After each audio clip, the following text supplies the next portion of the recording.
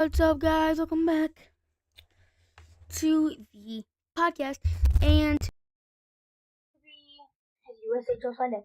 Again, I keep forgetting to add it in the title. Stuff I forgot to add in the title again. Should probably add that. I'm going to right now. I'm adding it right now. Right before the N in NHL. USHL.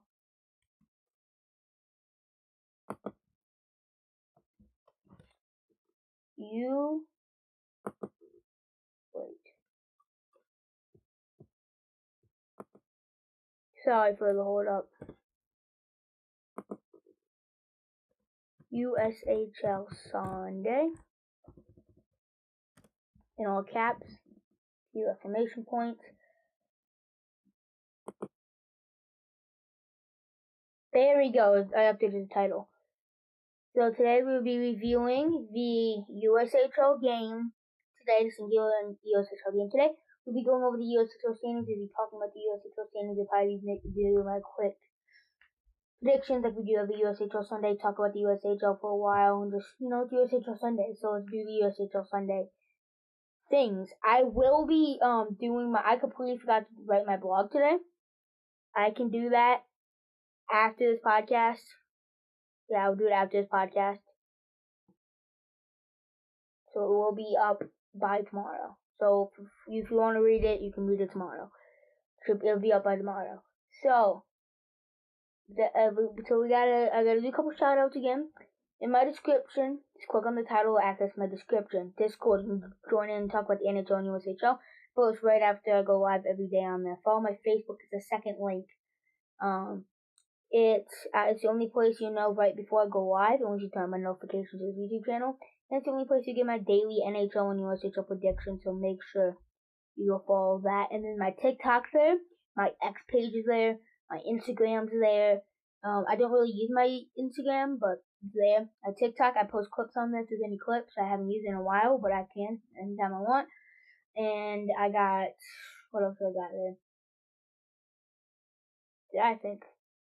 And I got my USHL discussion group on Facebook about the USHL, and if you're a Saints fan, join the Saints for Life group. It's also linked in my description. So I got all those direct links in my description. So without further ado, oh yeah, and I just forgot to mention that I will be reviewing Saturday, aka yesterday's NHL games. So it's gonna be probably an hour long. So without further ado, let's get into it. Today's USHL game is one lone USHL game. Youngstown squeaks out a 2-1 victory over Team USA. Team USA dropped to 3-10. Youngstown goes to 10-7. Youngstown just picked up 3 W's this weekend. What a huge weekend for Youngstown. But now, here we go. And all week for this one. USHL, United States Hockey League, Sunday. This one's really big for my discussion group, because my discussion group, USHL discussion group, this is about USHL, pretty obviously. I'm pretty self-explanatory. So yeah. You want to start the Eastern Conference again? Yeah, we're going to do that. So, starting with the Eastern Conference, the Dubuque Fighting Saints, still number one. They have been for the past, almost 2 months at this point. 13-5 for 26 points. Sweep the weekend. On Friday, they go to Des Moines, destroy Des Moines, 7-2. Then Saturday, they come to Dubuque, barely beat Des Moines in overtime, 4-3 in overtime. 12 Alexander Show, overtime winner in Dubuque. Dubuque goes crazy. 66 goals for, 47 goals against. They're 8-2 in the last 10 in the 2-game win streak. Dubuque's very, very good. Very, very good. Not even trying to be biased as a Saints fan here, but they're good. They are. I mean, offense is one of the best in the league, for sure. They're probably the best goaltender in the league, if not one of them, for sure. He has a .926 save percentage, which is the most in the USHL. He's the best in the USHL. He has the second most wins in the USHL, and I believe he's tied for the most shutouts in the league. If not, he's pretty close. So, yeah, he's really good. Defense has been doing really good lately, and Dubuque's looking really good. They look like the favorites to win the Eastern Conference, at least regular season-wise.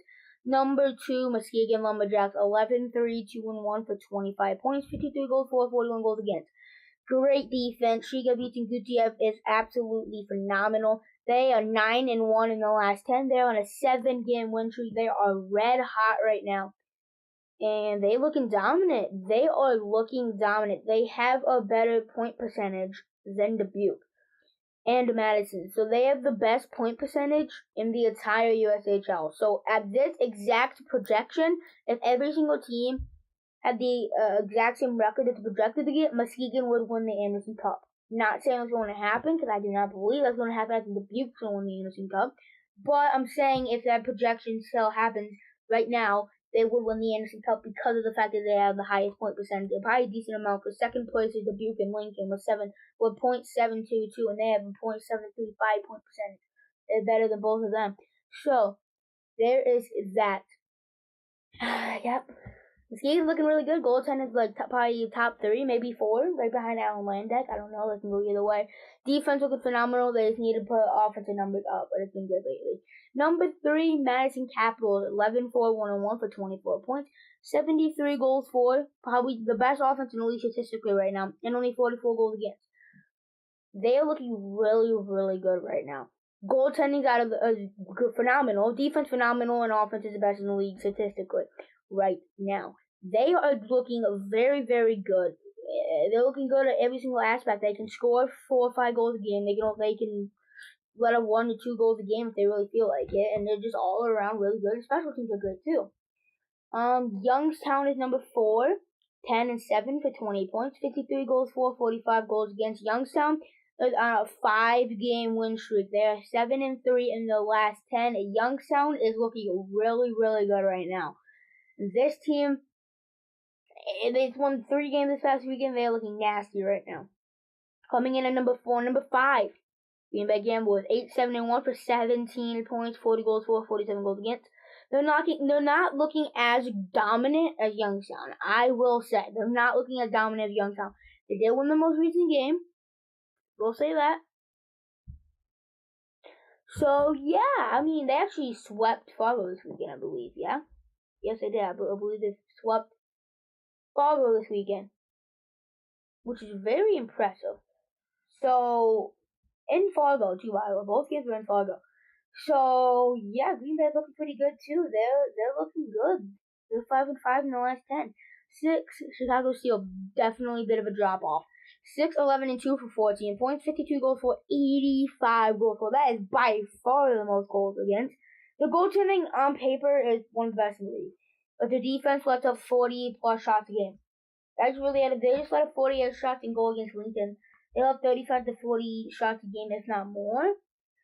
So yeah, it's pretty bad over in Chicago, and the offense is not really outshowing the problem. So yeah, 7 Cedar Rapids, they are 5-10, 5-10-0-1 for 11 points, 36 goals for, 52 goals against.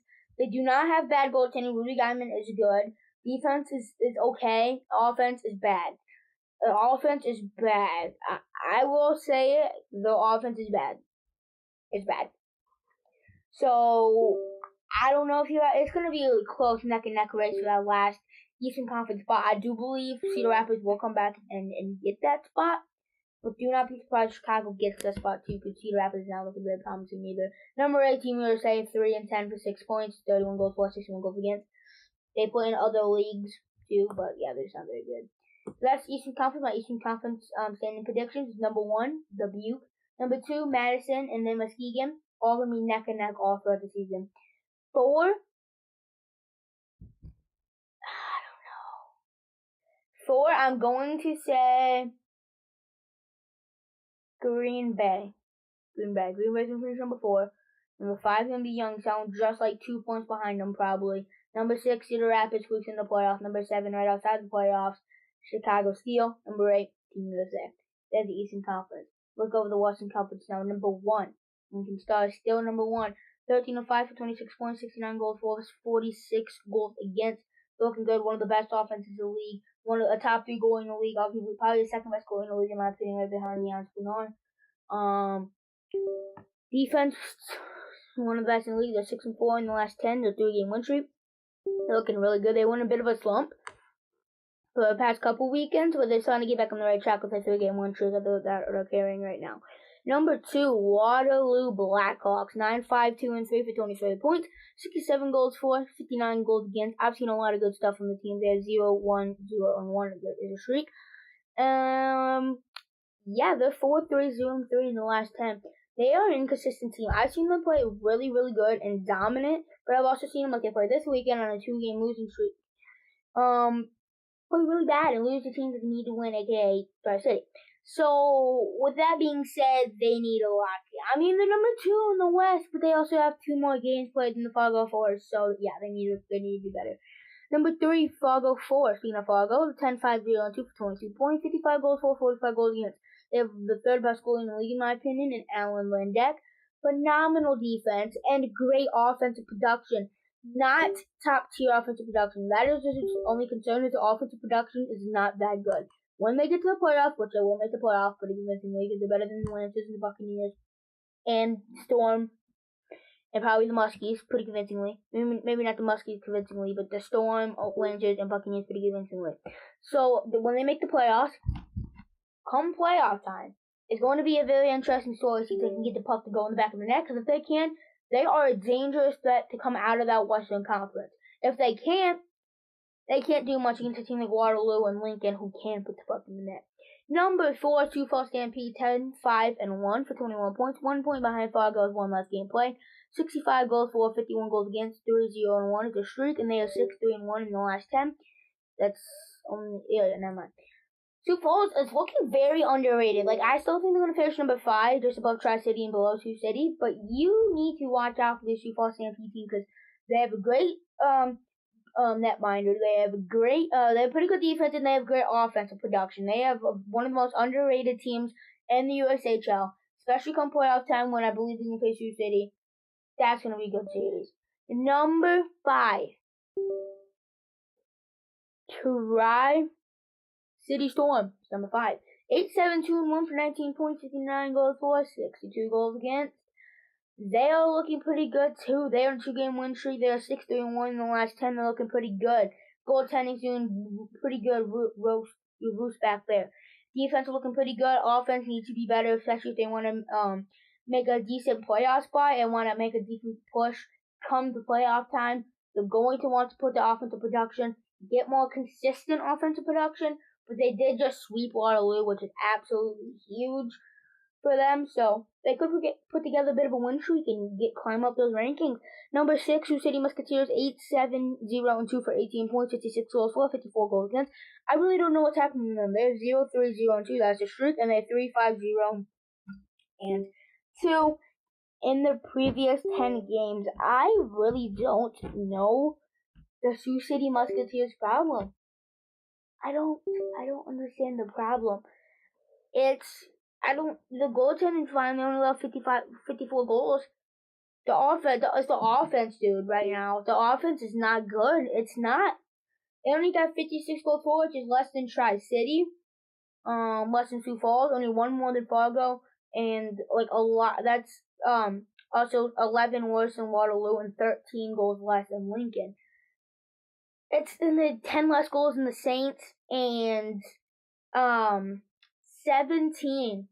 But no, that's not even true. Yeah, 17 less goals in Madison. So they need to really pump up the pace here offensively if they want to make a push for the top towards the top of the West. So yeah, we'll see. Number 7, Omaha, 6-10-2, 14 points, 40 goals, 55 goals against. They're not good. They're really, really not good. Like, I've seen them play really good in Dubuque. They're also seen them play really, really bad. So we're gonna have to see. Number 8, the Moore Buccaneers, 5-10-1 for 11 points, 43 goals for, 64 goals against. The goaltending's okay. Defense is bad, and the offense is bad too. So it is pretty mid-team overall. My Western Conference prediction, this one's even more tough than the Eastern Conference. Like, the Eastern Conference is tough to predict, but this one's really tough to predict. I think 1, Lincoln. I've had that prediction for like a month now. I'm staying on that. The Lincoln's gonna win the West. 2, I'm gonna take the Waterloo Blackhawks. I think they're gonna get the bye. Number 3, I'm gonna take the Fargo Force. They're looking too dominant right now. Goaltending is ridiculous. Defense is great, and offense, I do believe, will be even better. 4, still sticking with the Sioux City Musketeers. I just believe in this team more than a lot of other people. Number 5, right behind them, Sioux Falls Stampede. Number 5, those two teams will play in the first round. Number 6, the Tri-City Storm. I think the Tri-City Storm are going to make it pretty convincingly over the Lancers and the Buccaneers. But they're still the number 6 seed. They're going to be the biggest underdogs from out of the West. They are definitely a team that's going to be slept on, but I do not believe they're going to get past the Fargo Force. That's going to be a good series, though.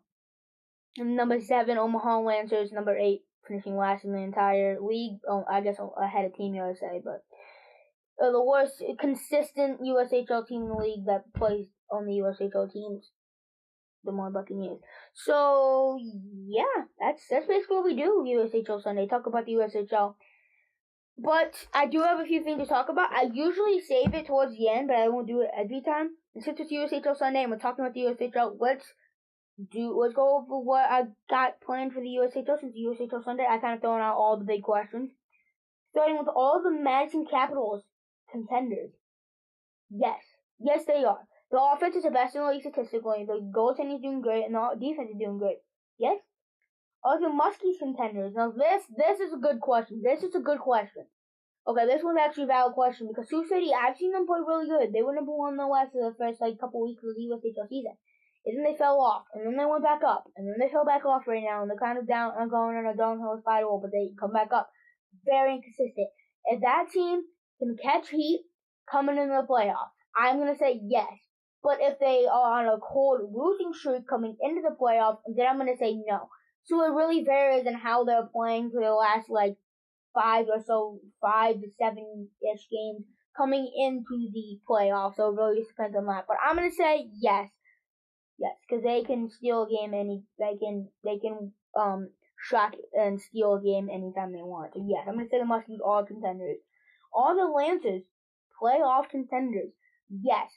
Just because of the fact that they're number 7, the 1 spot out of the playoff spot, and it's always a possibility. It's only 4 points outside of the playoff spot right now. So yes, I believe they're going to make it? No, but the possibility they do. All the Rough Riders, playoff contenders. Yes, because I believe they're going to make it. Either way, they're going to be right around that mix. Yes. All the Hawks, legitimate. And the reason why I asked this question is because they're very inconsistent, as well as the Musketeers. I've seen them lose to the Buccaneers twice, but I've also seen them almost beat the Saints twice. They went to overtime in a shootout both times. I've seen them beat the Musketeers twice. I've seen them be really good teams, but I've seen them lose to really bad teams. So, yes, they are legitimate. They are strong contenders. I think they're going to make it to the Clark Cup final. So, yes, absolutely. All of their stars, similar to the Fargo Force last year. They are similar. They're not as good because the offensive production is nowhere near as good. But Jan Shosek is very similar to Hampton Slukinski. He's not as good. He's not as good. He's not as good as Hampton Slukinski. That is one of a kind. And Hampton Slukinski, that is one of a kind. But he is very good. He plays very similar to him too. Defense is very similar to the probably the best in the league defensively right now, and one of them for sure between them and this year's Fargo Force. And the offense is not as good, but it's also close to being as dominant because it's the second best in the league statistically. Now, yeah, they're similar. Not really that close to being as good, but they're similar. So yes, technically, but they're not that close to being as good as what they were. Because obviously, they were the best team in USHL history. The Stars are nowhere near the best team in USHL history. Are the Saints legitimate? Yeah, I mean, they're the top 3 offense in the league. They have a great defense, and they're the best goalie in the league, in my opinion, who's proven in the Western Hockey League, in the Canadian Hockey League, that he's a top 5 goalie over there and took the team to the championship. So, yes, I'm going to say absolutely this team's legitimate. Are the Bucks real playoff contenders? Because I've seen this team be pretty good, but no, because the offense is not good enough. The goaltending and defense is not very good. So no. Okay. So I think I'm done with the USHL because those are all the things I got to talk about for the USHL today. So yeah, let's continue on our journey here. Not really journey because it's just a podcast episode. So too crazy is USHL Sunday, which is my tied for my favorite day of the week between that and Angel Monday. So yeah, let me go back to scoreboard so I'm ready for next USHL game on Thursday, by the way, which is Fargo versus Tri-City, which is going to be good and very interesting to see Tri-City and both the teams for that matter coming into that game.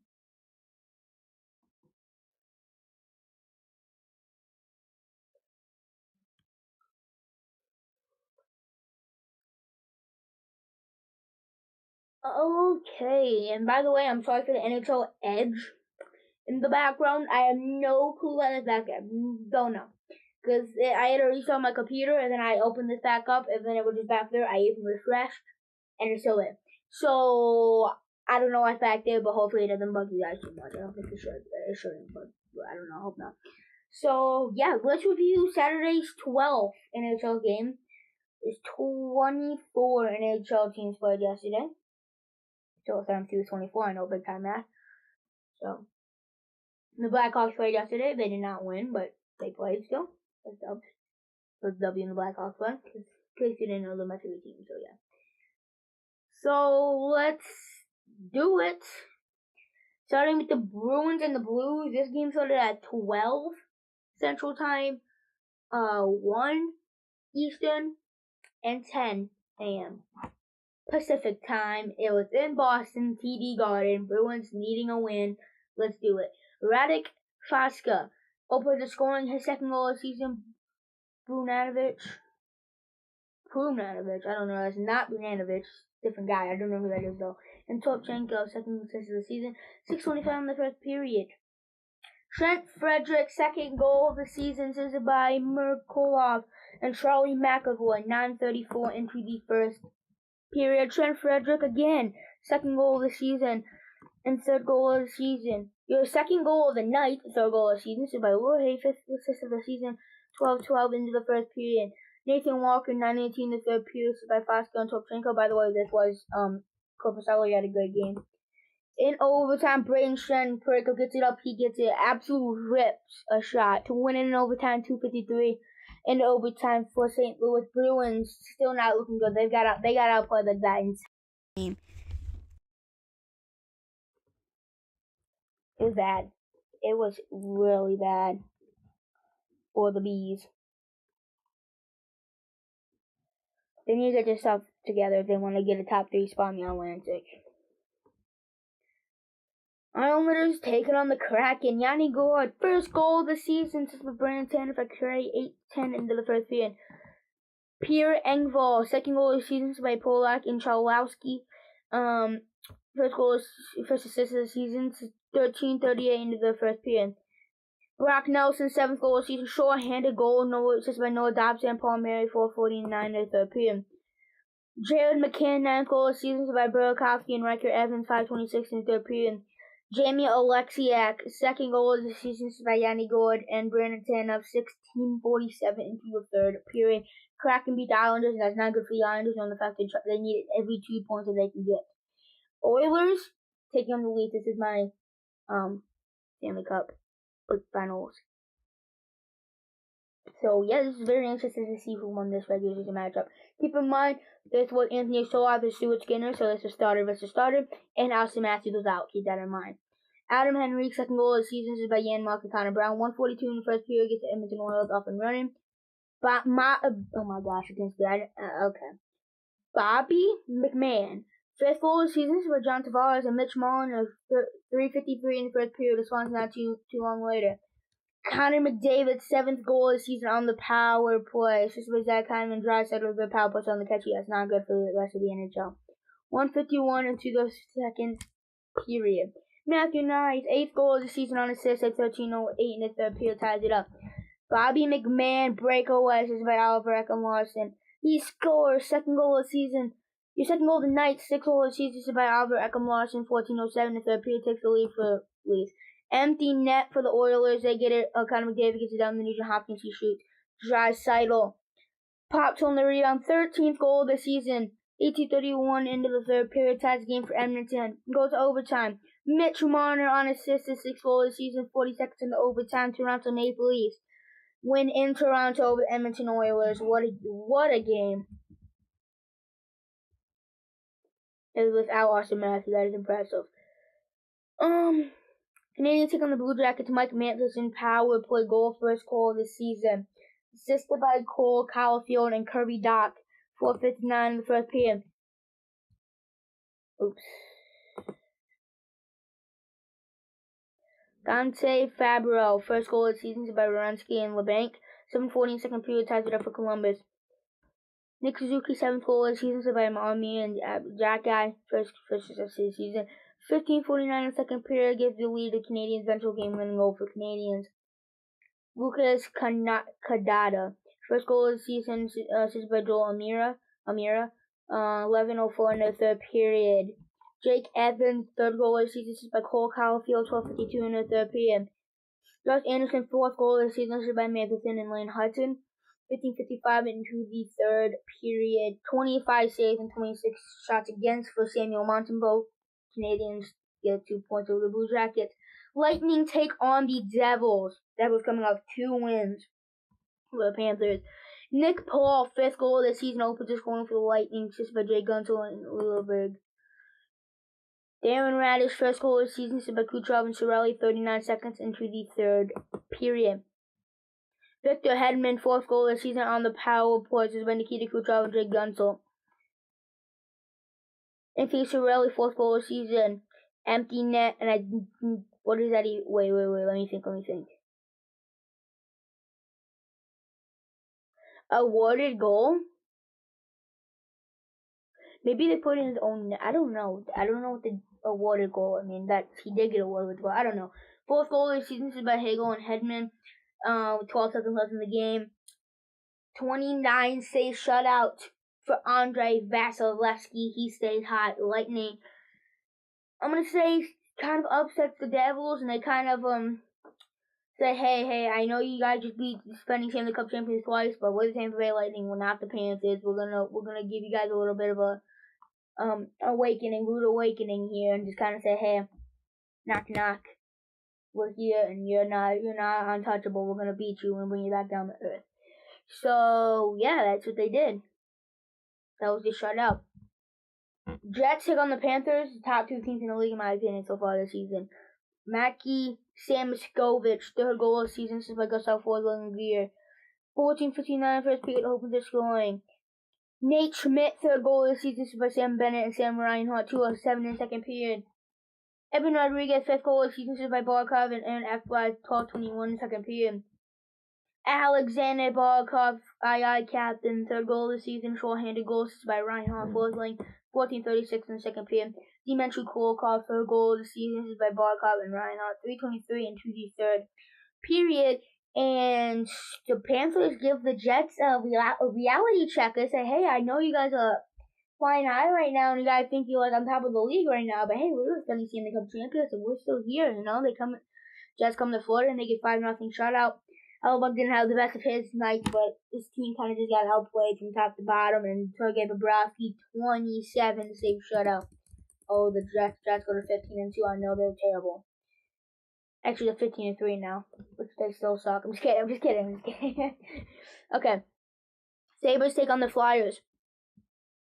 Tyson Forster, power play goal, 3rd goal of the season, by Richard Farabee. 50-57 in the first period. Travis Sanheim, 5th goal of the season, by Sam Mula and Travis Konechny. 16:01 in the first period. Igor Zamula, 1st goal of the season, by Richard Michikov. 2:08 in the second period. Travis Konechny, 10th goal of the season, assisted by Matt Michikov and Sanheim. 17:07 in the second period. Rasmus Dahlin, 5th goal of the season on the power play, assisted by Tuck and Zucker. Hello guys, I'm going to mute my mic. That was 10:06 in the third period, by the way. I'm going to mute my mic for about 2 minutes, probably. Maybe more, let's see. See you in a minute. Yeah? I'm putting up...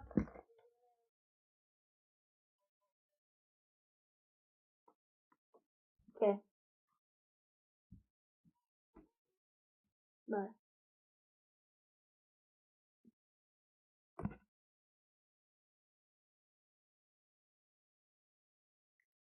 Damn, you guys heard that is what it is. It is my mom. But anyways, yes.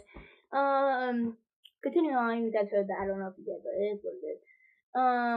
Nothing like Influence, nothing like secretive, but it's fine. Ryan McLeod, 6 goal seasons, but JJ Pacheco and Wesley Dunley with 1:05 left in the third period. empty net goal. Konechny, 11th goal of the season, second of the night. Maybe even a hat trick. Did they score earlier in the night? I don't know, but that was at least second of the night, possibly hat trick. I don't remember who scored earlier.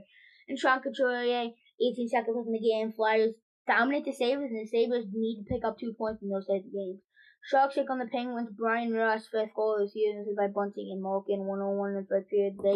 Penguins jump to an early lead over the Sharks. Yes, he poor party. Second goal of the season is by Joel Connor and Pickering, 6:34 in the first period. 4:19 in the second period. Sid the middle-aged man. Crosby, 7th goal of the season is by Carlson and Beauvillier. 3-0 Penguins lead, but the Sharks said, no, we're not going away quite yet. Tyler Toffoli, 7th goal of the season on the power play is by Will Smith. 12:05 in the second period. Mikael Granlund, 8th goal of the season is by Vivian Zetterlund and William Eklund. 6:56 in the third period.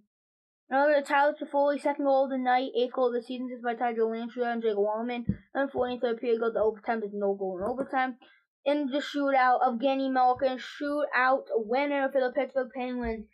Penguins win a shootout, but that game was kind of bad. I don't know how they blew 3-0 lead with Sharks. That's very concerning. I mean, the team is already concerning, so I guess, but still very concerning. Anyways, Senators take on the Hurricanes. Jordan Martin, a 6th goal of the season, so Jordan saw 8 minutes into the first period. That's not a goal for a while after that. 19:18 in the second period. Sebastian Aho, 4th goal of the season on the power play by Marty Nietzsche and Sean Gostisbehere. 9:18 into the second period.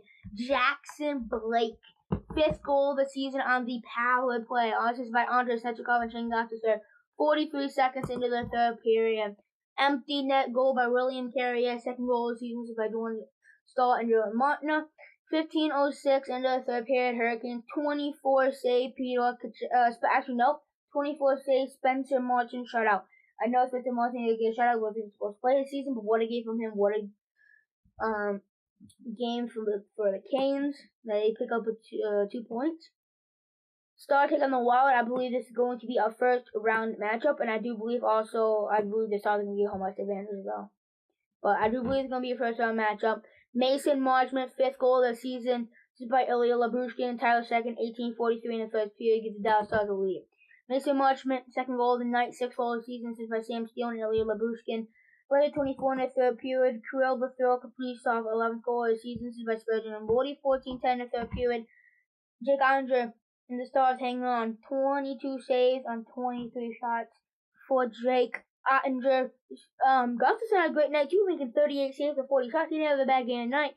He didn't have a bad game himself, wasn't too shabby, but Wild got outplayed. I believe I think that's going to be about the story of the first round. It's not even necessarily the fact that the Wild are going to be outmatched. I mean, they were that game, but more the fact that it's in the playoffs and the Stars are a known playoff great team. So I believe that can play a factor in the playoff season. But they did basically get dominated. Kings take on the Red Wings. Mikey Anderson, 3rd goal of the season. This is by Philip Deneau and Trevor Moore. 18:05 into the first period. Tanner Jeannot, 2nd goal of the season. This is by Trevor Lewis and Hellenius. 2nd goal of the season. 18:27 in the first period. Adrian Kempe, 8th goal of the season. This is by Warren Fogle and Golovkov. 6 assists of the season. 15 seconds into the third period. Dylan Larkin, 10th goal of the season. This is by DeBrincat and Tarasenko. 18:33 in the third period. And then Adrian Kempe, 9th goal of the season. Empty nets. This is by Kopitar and Trevor Lewis. 19:11 in the third period. Kings dominate the Red Wings. They pick up 2 points as well to stay afloat in the top of the Pacific so early in the season. Ilya Mikheyev, 2nd goal of the season. So by Nick Foligno and Nolan Allen. 4th goal of the season. 6:50 into the first period. Welcome back to Vancouver. Mikheyev, he scores. Elias Pettersson. He's back up, 5th goal of the season on the power play. This is by JT Miller and Quinn Hughes. 4:56 into the second period. Eric Brenstrom, 2nd goal of the season. I do want to mention that I did say that he was on the Avalanche last night. I'm sorry, I was wrong. My bad. I do just want to mention that because I did realize I was wrong yesterday. I do want to say that was false information. My bad. 2nd goal of the season. This is by Sherwood and DeBrusque. 4:25 in the third period. JT Miller, 6th goal of the season, pursued by P.O. Suter. Empty net, 18:04 in the third period. And then another empty net, but this time it was by Teddy Bluger. 3rd goal of the season, empty net, is by Garland and Heinen. With a minute 04 left of the third period. The Blackhawks lost, but Canucks had great night, 28 saves, 29 shots for Kevin Lincoln, I believe. Canucks finally get a home win. I mean, they had a home win before, I'm pretty sure, but they had a terrible home record. really forgot the fact for the past couple podcast episodes to make my daily the NHL predictions, and I do need to post them anyway. So I'm going to post my predictions for tomorrow's NHL games, and I'll just talk about them as I do it. NHL 10, 18, 24 games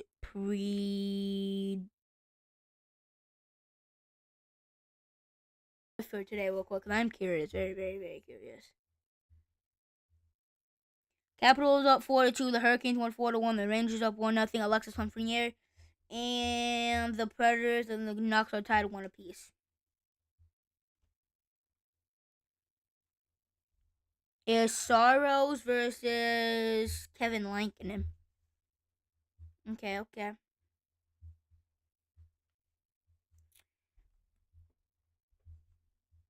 Okay, so let's look at tomorrow's NHL games. I do not know why I just closed the NHL. Let's open up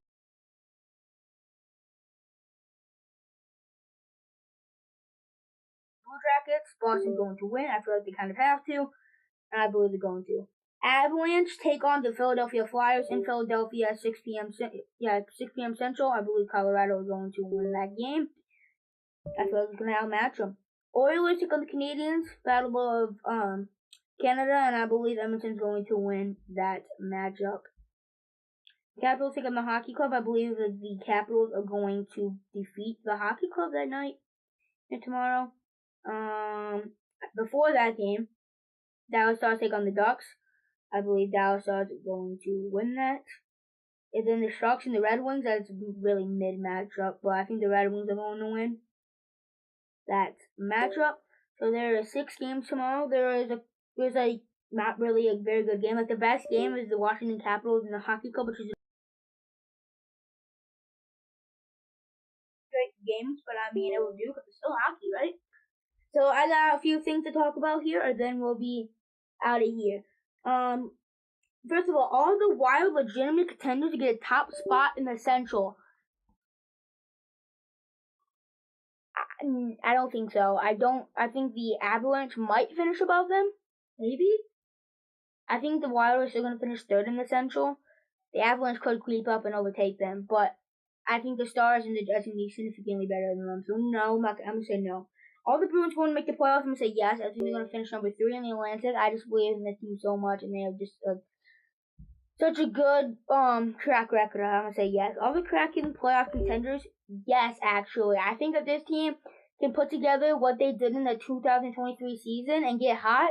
They could squeak into the playoffs. They're only like a few points outside of a playoff spot right now. I do not believe they're going to make it, but they are playoff contenders. I'm still saying on that. All the Oilers still cup contenders because they clearly have defensive flaws. They have goaltending problems. Are they cup contenders? Yes, I believe they are. And the reason I say that is because they had the same concerns last year, and they made a Game 7 Cup final and almost won it. So I would say yes, absolutely. Are the Leafs cup contenders? I'm gonna say yes also.